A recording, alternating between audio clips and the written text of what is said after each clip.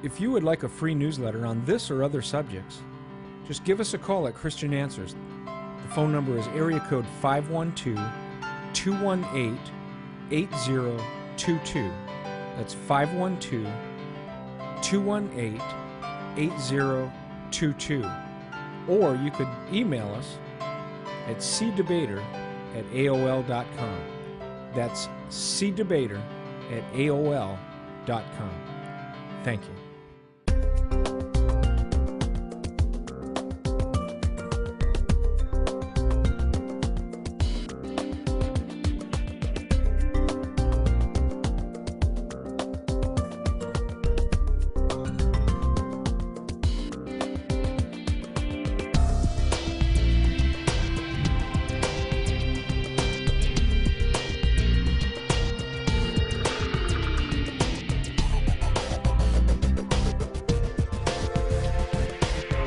What I want to do today is kind of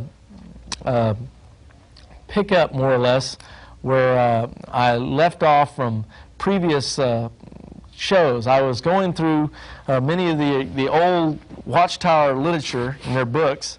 I've gone through this book, The Divine Plan of the Ages, written by Charles Taze Russell. In here you've got the pyramids themselves that fold out, where you can see how he predicts the end of the world based on pyramids. Divine Plan of the Ages. And of course, here is another book by Russell. It's The Time is at Hand, from his Studies in the Scriptures series. And we went into how he predicts 1914 as the end of the world based on reliable Bible chronology. And we were getting into...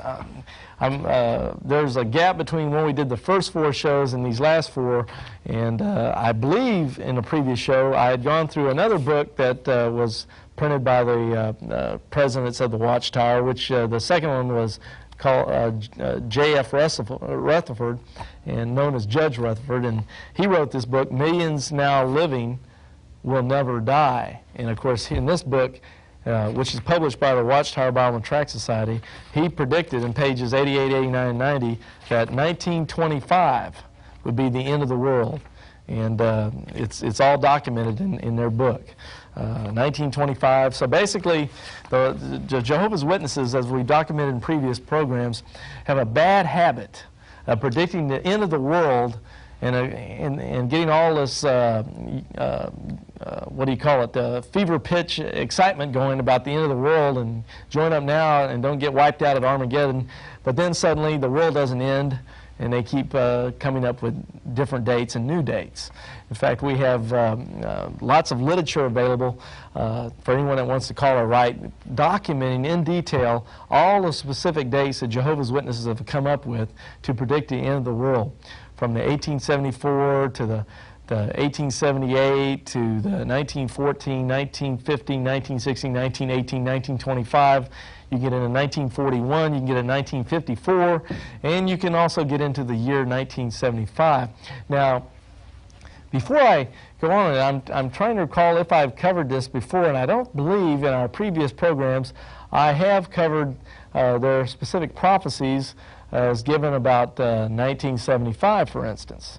And let me just bring out some of this literature, since it's all about me. This is actual Watchtower literature, actual Jehovah's Witness literature. That's not something I wrote or created. This is their own material. And so what I'm going to do is go ahead and grab that material. And since we're talking about false dates and things, right here I have, of course, this is one of their books. It says The Watchtower, 1968. This is one of their yearbooks. And what I'm going to do in here is open it up and see if I can find, here, what I'm looking for. And yes, I have found what I'm looking for. Move this marker. They have here all the Watchtower magazines that the Jehovah's Witnesses published in 1968. And in their August 15th, 1968 Watchtower, pages 494 and 495, they have a very interesting article. In here, it says, "Why are you looking?" Let me see if I can get that lined up for you a little bit better.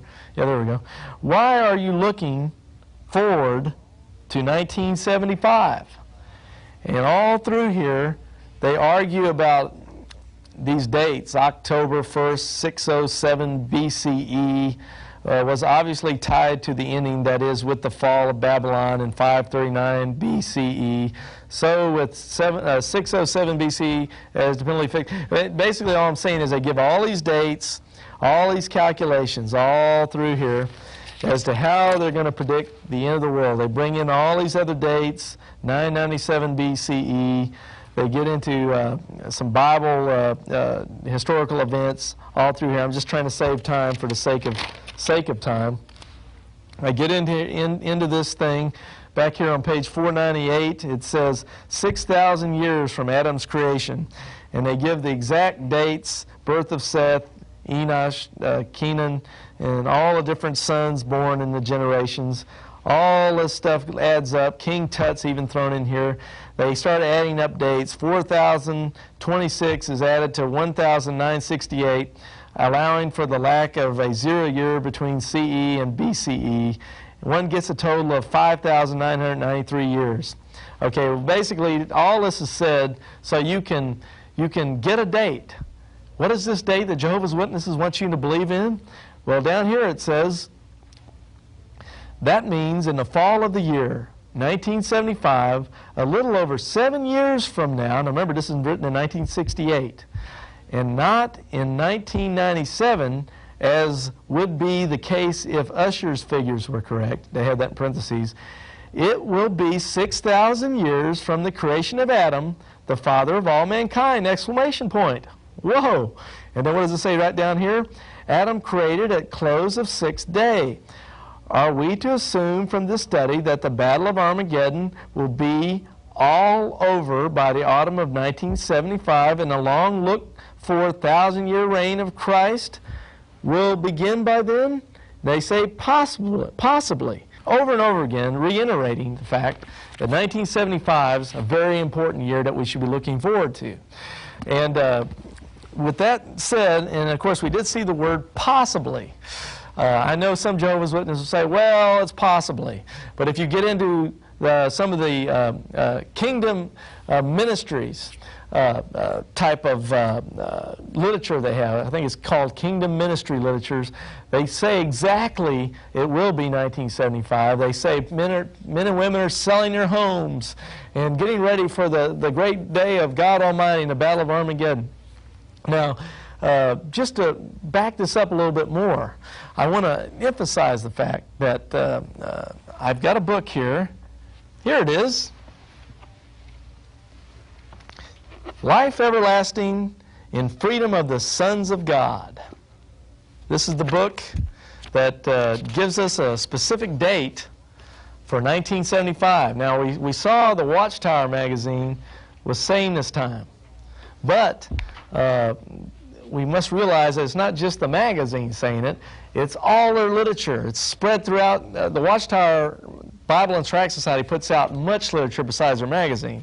And so it only makes sense that they'd be talking about this end of the world date, 1975, and other literature they published. And this is one of their books, Life Everlasting in Freedom of the Sons of God. If we look in here on page 29 and 30, which I have right here, let's see what it says here. According to this trustworthy Bible chronology, 6,000 years from man's creation will end in 1975, and the seventh period of 1,000 years of human history will begin in the fall of 1975 CE.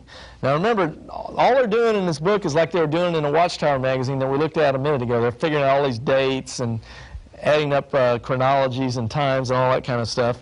And they come up with this 1975 date.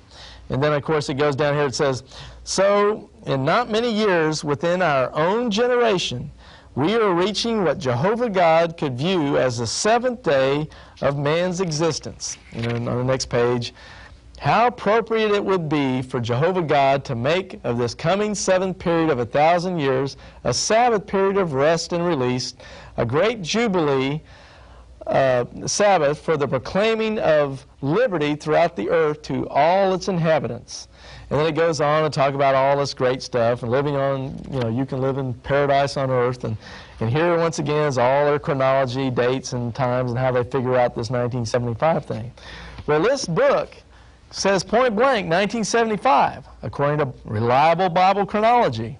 And there's many other books the Watchtower's put out. Like there's a book they put out, and I think I've got it laying here somewhere, but it'd take me too long to find it. But on page 51 of that book, they predict with no qualifying statements whatsoever, 1975's the year. They don't say possibly or perhaps or anything like that. Much like this book, they just say 1975's it. And the name of that book is God's Eternal Plan, God's Eternal Purpose, Now Planned. 1974 edition. The year before 1975, that book came out by the Watchtower, and it predicted 1975 as the end of the world. Now, what's funny is we all know that 1975 came and went, and of course, we're still here.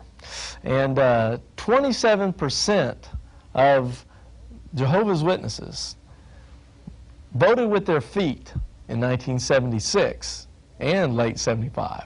Voted with their feet and left the Watchtower Bible and Tract Society. And why did they leave? Because the Watchtower Bible and Tract Society predicted the wrong date. They said the end of the world in 1975. They're supposed to be Jehovah's only channel of communication, yet it didn't come to pass. It didn't come to pass any more than when they predicted 1925, or when they predicted 1918, 1916, 1915, 1914, 1874. What happens with false prophets? False prophets have a very nasty tendency to make false prophecies. And as I've mentioned in previous shows, Deuteronomy 18, verses 21 and following, says that if a man presumes to speak for God, and what he says does not come to pass, you're to have no respect for him whatsoever. He is not a prophet of God, and you're to just treat him as just some false prophet. You have no respect at all. So that's the situation we find the Jehovah's Witnesses are in. They predicted dates, they stated it in black and white in their books, and it didn't come to pass. Now, when you ask a lot of Jehovah's Witnesses about this, most of them that have been in there a long time, at least for Jehovah's Witnesses 75, a lot of them will tell you, well, we never said anything about 1975. It's not true, and they're making it up and all these kind of things. Well, it's interesting that you get this kind of reaction. And a lot of times they'll tell you other interesting things, but they're simply following what the Watchtower Bible and Tract Society would have their followers to tell you. And what is that? Well, let me grab another one of their books here to aid me in this discussion. The book here is called, this is a Watchtower book called Aid to Bible Understanding. And this is a very interesting book because this is written by, back in the 60s, by three Jehovah's Witnesses. I know one of them was Raymond Franz. And I believe now all three of the high-ranking Jehovah's Witnesses that wrote this book, Aid to Bible Understanding, are no longer with the Jehovah's Witnesses. I know the lead writer, Raymond Franz, who's the cousin of the longtime president of the Watchtower Bible and Tract Society, Frederick Franz, who was on the governing board of Jehovah's Witnesses. That's the elite of Jehovah's Witnesses. But the three men that wrote this book for the Watchtower are no longer associated with it.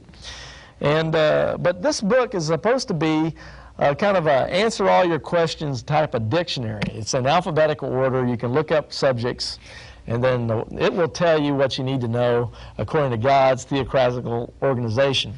Now, I mentioned Raymond Franz a minute ago. Well, he got disfellowshipped. He got thrown out of Jehovah's Witnesses. Now, this is one of the head men of the Jehovah's Witnesses on the governing board of the Watchtower Bible and Tract Society in this place over here in Brooklyn, New York.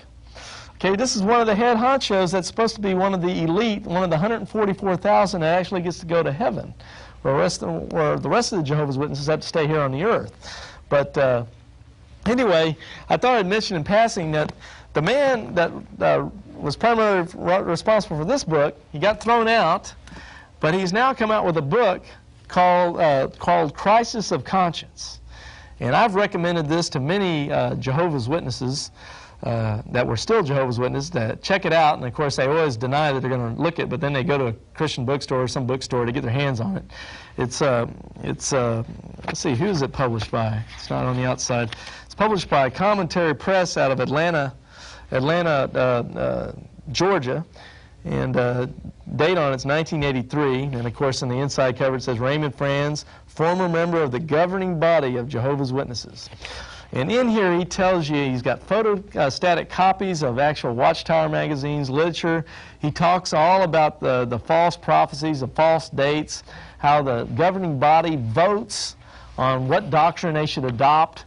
A lot of times they're not sure, so they just vote on it. It's interesting that Jehovah's Witnesses aren't allowed to vote in elections, but I guess it's all right for the governing body to vote on what the doctrine we're going to believe today. But it's all in here. He gives you the inside story on how the head honchos of Jehovah's Witnesses operate. And so this has been a very fascinating book, very informative. And I personally know of several Jehovah's Witnesses who have left the Watchtower Bible and Tract Society just by reading this book. And so something to think about if you want some really inside information on Jehovah's Witnesses, written by a man who was right at the top, considered one of the anointed class, one of the men that was going to be right up there sitting next to Jesus Christ, reigning and ruling with him according to Watchtower Bible Tract Society doctrines. Well, anyway, time's starting to run short on me. Let me get back to the subject then. I brought up this book, Aid to Bible Understanding, published by the Watchtower Bible and Tract Society. Like I said, one of the writers of it was Raymond Franz, who I just mentioned. Well, it's all in alphabetical order, but what I like to do is go to page 1060 of this book. Let me go over here. Let me find page 1060 and look up a certain definition. I have found it.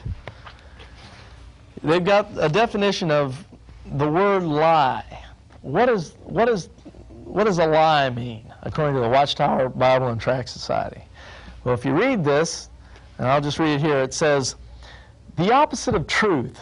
Lying generally involves saying something false to a person who is entitled to know the truth and doing so with the intent to deceive or to injure him or another person. Okay, so, and it goes on, but they say basically lying is not telling the truth to someone who's entitled to it. Okay? Who determines who's entitled to it? Now, time's running on me here. We've got plenty of literature and tracts on this. We've got a little tract here called Theocratic War Strategy, or Lying to the Public. It tells you how the Watchtower Bible and Tract Society, according to their own writings, sanctions Jehovah's Witnesses not to tell the truth to people who they consider to be opposers, evil slaves, and so forth, ex-Jehovah's Witnesses, people who are being shunned. They consider certain people not entitled to know the truth. So when you ask a Jehovah's Witness about the year 1975 or all these other false dates they predicted, 1914, so forth, they can deny it even if they know it's true, because the Watchtower Bible and Tract Society has said that lying is okay for them as long as you're not telling a lie to someone who's entitled to know the truth. But if they think you're not entitled to know the truth, then they won't tell it to you. And so that gives you a little background now to, as we analyze the stuff on Jehovah's Witnesses, why they suppress this information, why they won't tell their own people a lot about the history and about certain teachings of the Watchtower Bible and Tract Society. I'm going to hold up an assortment of Watchtower literature. These are all Watchtower and Awake magazines published by the Watchtower Bible and Tract Society. These are actual Jehovah's Witness books. I had nothing to do with printing them. It's their stuff. And so what we're going to do is take a little journey through these things to see how reliable this material is. And so that's the purpose today, to see if the Watchtower really stands up to the test. And what I want to do first is start with this first one right on the top. Watchtower, April 1st, 1972. And down here, you are my witnesses, saith Jehovah, Isaiah 43, verse 12. Now what I'm going to do is grab this first one, I'll leave the rest here, and go into this, and we're going to take a look at page 197 and find out a few things from what the Watchtower tells us. Here's the page. It says, "They shall know that a prophet was among them." Now what we want to do now, according to Jehovah's Witnesses, find out who that prophet is. And reading down in here, it says, talking about God, it says, "He had a prophet to warn them. This prophet was not one man, but was a body of men and women. It was the small group of footstep followers of Jesus Christ, known at that time as International Bible Students." Now see, when the Watchtower started back with that Charles Taz Russell guy I showed you a few minutes ago on the chartboard, back in the 1800s, they were known as International Bible Students. And then they changed their name over time. I think it was in 1931 at a Watchtower convention. They changed their name to Jehovah's Witnesses. But they used to be known as International Bible Students before they adopted also the Watchtower Bible and Tract Society name. So anyway, so they're claiming that this prophet it was a small group of footstep followers of Jesus Christ, known at that time as International Bible Students. Today they are known as Jehovah's Christian Witnesses. They are still proclaiming a warning and have been joined and assisted in their commission work by hundreds of thousands of persons who have listened to their message with belief. Of course, it is easy to say that this group acts as a prophet of God. It is another thing to prove it. The only way that this can be done is to review the record. What does it show? Okay, that seems fair enough to us guys, right? I mean, they said it. They say they're the prophet, and they're the small footstep followers of Jesus Christ, formerly known as International Bible Students, and it's easy to claim it, but it's another to prove it. So what you have to do to find out if they're really the prophet of God or not is to review the record. Well, we're going to take them up on that challenge today and review the record. I just happen to have quite a few records right here. Of course, they don't play on a stereo phonograph, but they'll play for video, and that's what we're going to do today. We're going to take a look first at, I'm just going to work through these things a little bit and see what we can find out. I would like to say a lot of Jehovah's Witnesses, they get on people, you know, on my case, people like me, and they get on my case because, oh, that guy's persecuting us. He's an opposer. He's an evil slave. He's terrible. He's persecuting us. And I'm not persecuting anybody. I'm simply here trying to let some truth be known and let people know that there's material out there for people to get their hands on to see whether these guys are really telling the truth or not. I'm not persecuting them. You might look at me as sort of the religious better business bureau man. You know, if I know there's a shark out there that's trying to rip you off at a used car lot, and I don't sit there and tell you that, hey, this guy's going to rip you off if you buy a used car from that guy. You know, if I don't tell you that, then what kind of guy am I? I'm almost as bad, and I know he's a crook. I'm almost as bad as a used car salesman, because I'm not warning you that this guy's going to rip you off. Well, how can I be persecuting anybody when I'm simply reviewing the record, looking at their own material? Now, with that said, I'd also like to say here in this particular this Awake magazine, which is their other major magazine, this is from January 22nd, 1983. Excuse me. It says on pages 13 and 14, let me just flip over there for all you people who think I'm some kind of murderous and vicious persecutor. I find here on page 13 that, lo and behold, the Watchtower is attacking other people's religions. Now, are they persecutors or what? It says up here, a Methodist bishop, Melvin E. Wheatley Jr. favors the appointment of an avowed homosexual minister. Another one, an embarrassed Vatican had to move to silence an outspoken Roman Catholic priest, an avowed homosexual who allegedly condones homosexual activity by priests. And it goes on about the United Church of Christ. And it says, blatant violations of Bible standards? Obviously. Yet people are hardly stampeding from their churches or demanding reform. And he talks about degradation, and it shows a picture of a TV evangelist grabbing this guy. In this picture, he's got to reach for his wallet to hand money out to these guys. And it goes on about what a bunch of crumb bums all these other religions are, the different religions, just all through here. It gets after Oral Roberts down in here, Rex Humbard, other denominations, and it says it's nothing but vice-ridden religion and politics. Oh, that's terrible. Well, let me ask you, are the Jehovah's Witnesses persecuting these other religions? I hardly think not. They're simply trying to point out what they perceive to be errors in these other religions. Well, what's wrong with someone looking at their religion? They look at everybody else's religion. Why can't someone come along and analyze their religion to see if they're telling the truth? That's all I'm doing. I mean, you know, give me a break.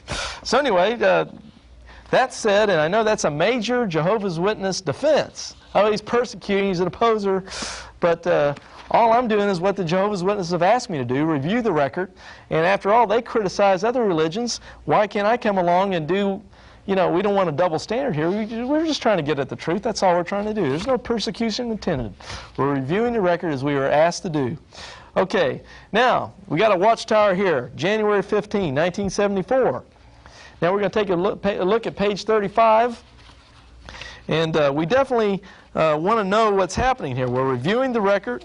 Let me just flip over here. These pages don't turn too good. Oh, wow, it was right up front.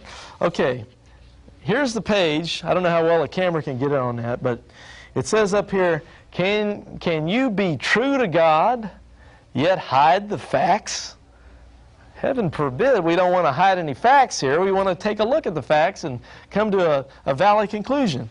Now, it says all through here, it shows a minister. Here in this picture, it shows a priest, and he's taking all kinds of, yet hide the facts? Heaven forbid, we don't want to hide any facts here. We want to take a look at the facts and come to a valid conclusion.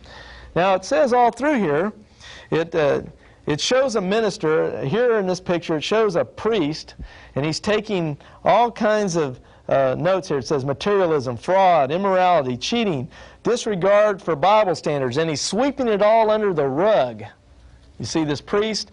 And he's saying, and over here, it says, would you rather have the truth covered over, or do you want to know the facts? When all through here it talks about evildoers hide the facts and the truth, but if you really want to know, you've got to uncover the facts and learn the truth. So we've got the standard right here from the Watchtower itself. As I said, January 15th, 1974, and this is the real McCoy here. This isn't some photocopy or anything. This is their own book. Okay, so we don't want to hide facts. We want to review the record. We want to get at the situation at hand. We've already looked at the Watchtower says they're the prophet. The Jehovah's Witnesses are the prophet of God. Let's look at this one. Let's look at the March 15, 1972 Watchtower. We'll look at pages 189 and 90. Going back here. Back here on page 189, it says, who was willing to undertake this monumental task as Jehovah's servant? Was there anyone to whom Jehovah's heavenly chariot would roll up and whom it would confront? More accurately, was there any group on whom Jehovah would be willing to bestow the commission to speak as a prophet in his name, as was done toward Ezekiel back there in 613 BCE? What were the qualifications? Certainly such a messenger or servant group would have to be made up of persons who had not been defiled with blood guilt, as had Christendom and the rest of Babylon the Great, the world empire of false religion, by sharing in carnal warfare. Who would they be? And it goes on and all about this, Jehovah's prophet. And the next page, it says, for this reason, forthcoming issues of the Watchtower will further discuss the identity and work of Jehovah's commissioned messenger as revealed in his vision to Ezekiel. And it says the prophet will be revealed, and because time's running out, I'll tell you in the next edition. You can believe me, it's there. You just get a copy of it. The next edition, they They said they're the prophet. The Jehovah's Witnesses are the prophet, just like Ezekiel. So, with that said, I could also go into other things like the August 15, 1950 Watchtower. I'm running out of time here. I want to get into some interesting points, so I won't go into detail on all this. So I hope you believe me, but we've got their old material. They tried to destroy a lot of this stuff, but they couldn't get rid of it all. So what can I say? But here they're inviting investigation. In this Watchtower, the August 15, 1950, they invite investigation of their claims and doctrines, so that we're only doing what they say to do. It's very hypocritical that the Jehovah's Witnesses, and I know they do this, will not even look at their own literature because they don't want to know what it says, they don't want to know what it teaches. But all we're doing is what they said to do. Now, if you don't investigate the Watchtowers to find out if it's true or not, then you're violating what the magazines have been telling you to do. Okay, now let's go into some of these Watchtowers. Here's the May 1st, 1968 Watchtower. It says on page 271, it's talking about the end. Now, we looked at one of the other ones in a previous show about 1975, but we hadn't looked at this one. And, of course, on this page here, it says, making wise use of the remaining time. So there's only some remaining time left.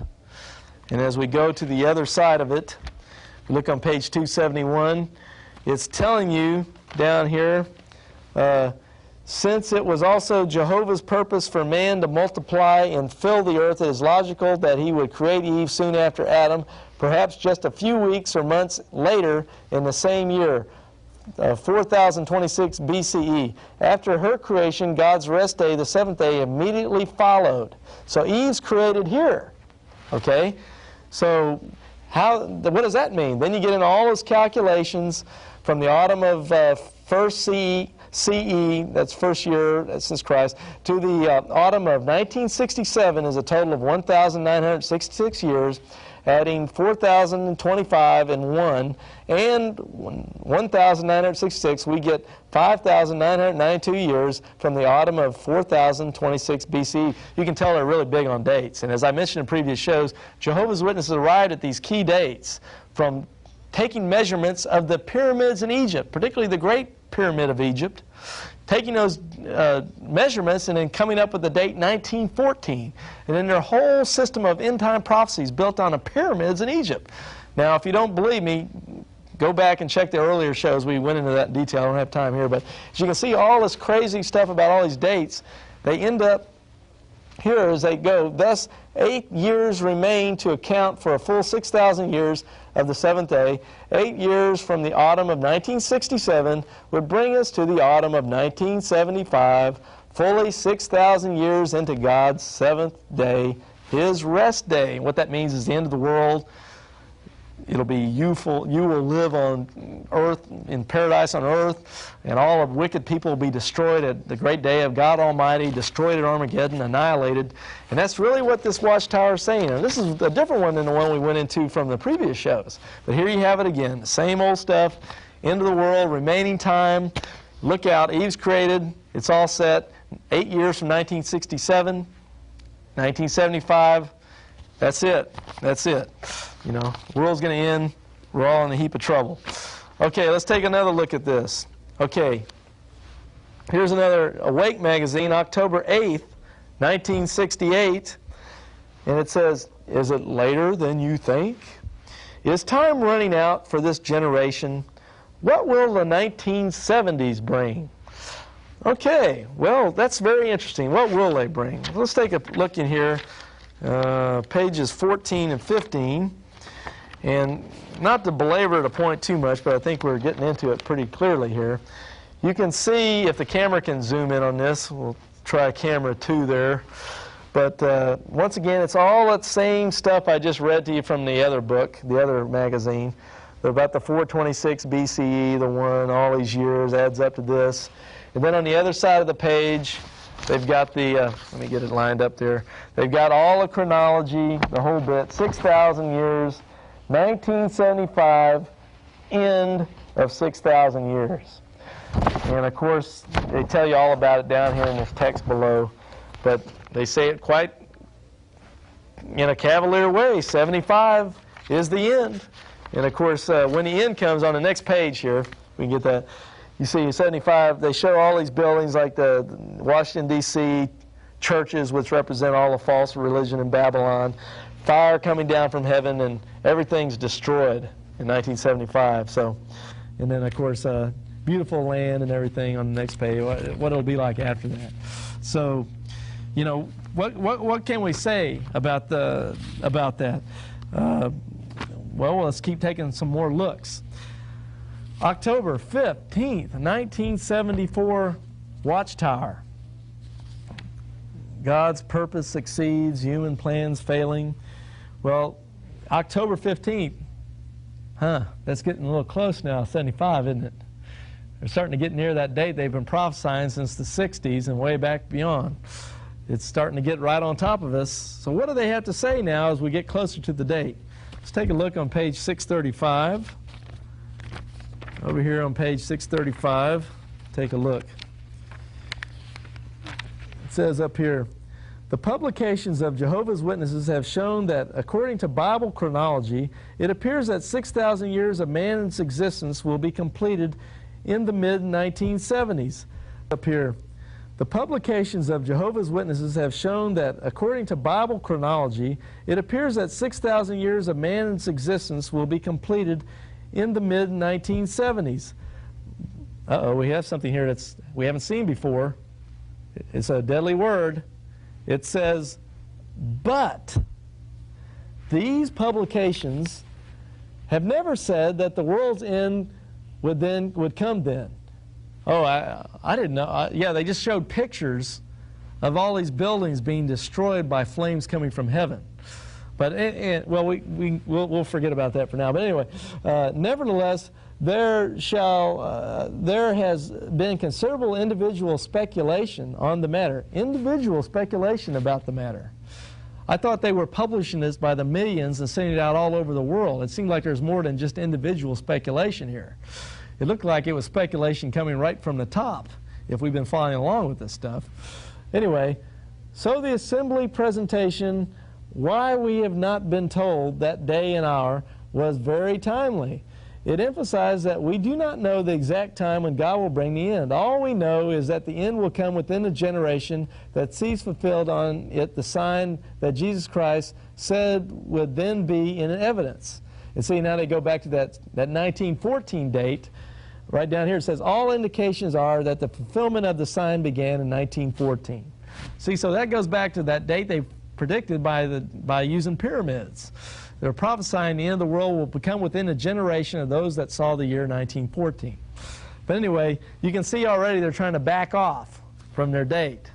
Now this is kind of wishy-washy if you ask me about Jehovah's channel of communication. You know, I mean, it seems like he's having a little trouble getting his dates right and then kind of changing up the truth at the same time.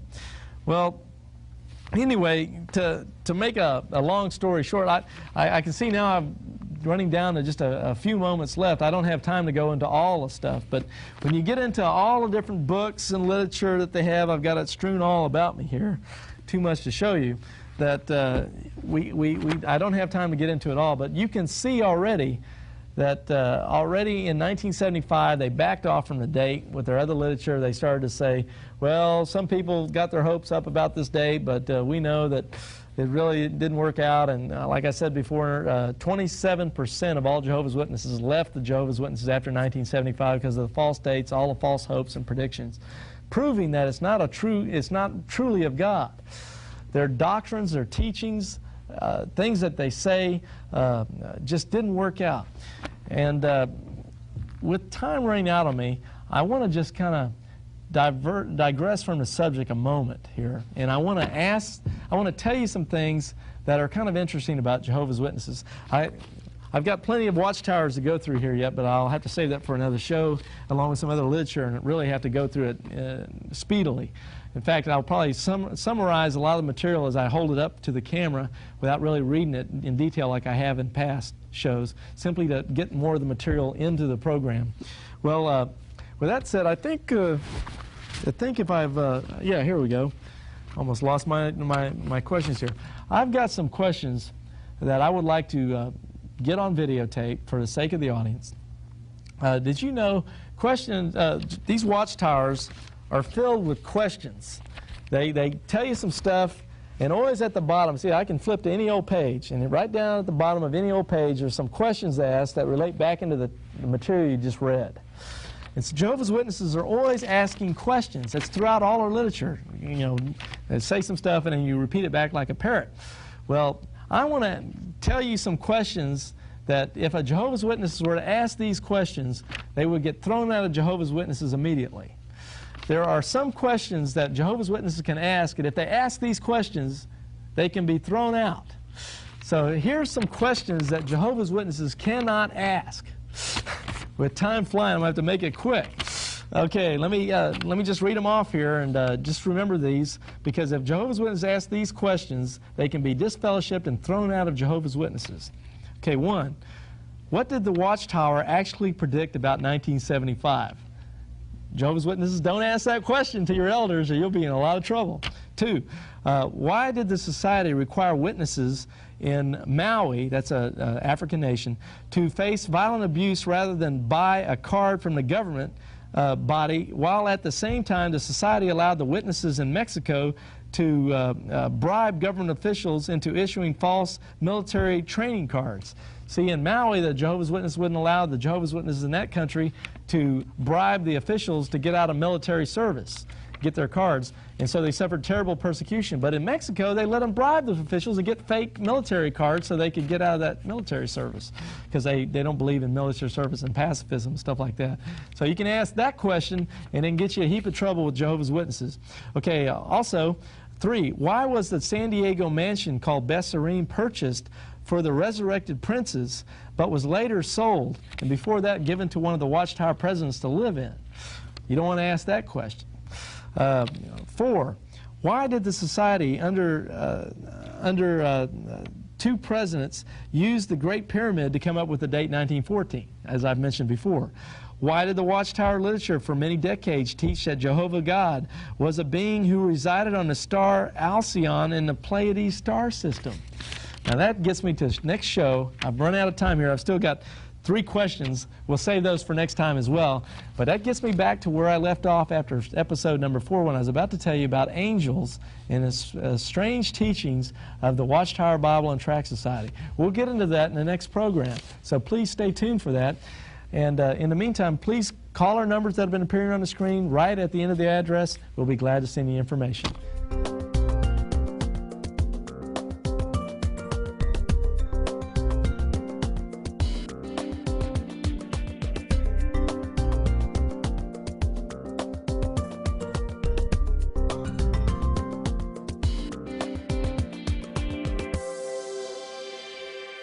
Check out our websites. BibleQuery.org. This site answers 7,700 Bible questions. HistoryCart.com. This site reveals early church history and doctrine, proving Roman Catholicism is not historically or doctrinally viable. MuslimHope.com. This site is a classic refutation of Islam, a counterfeit religion created by Muhammad. Free newsletters are also available.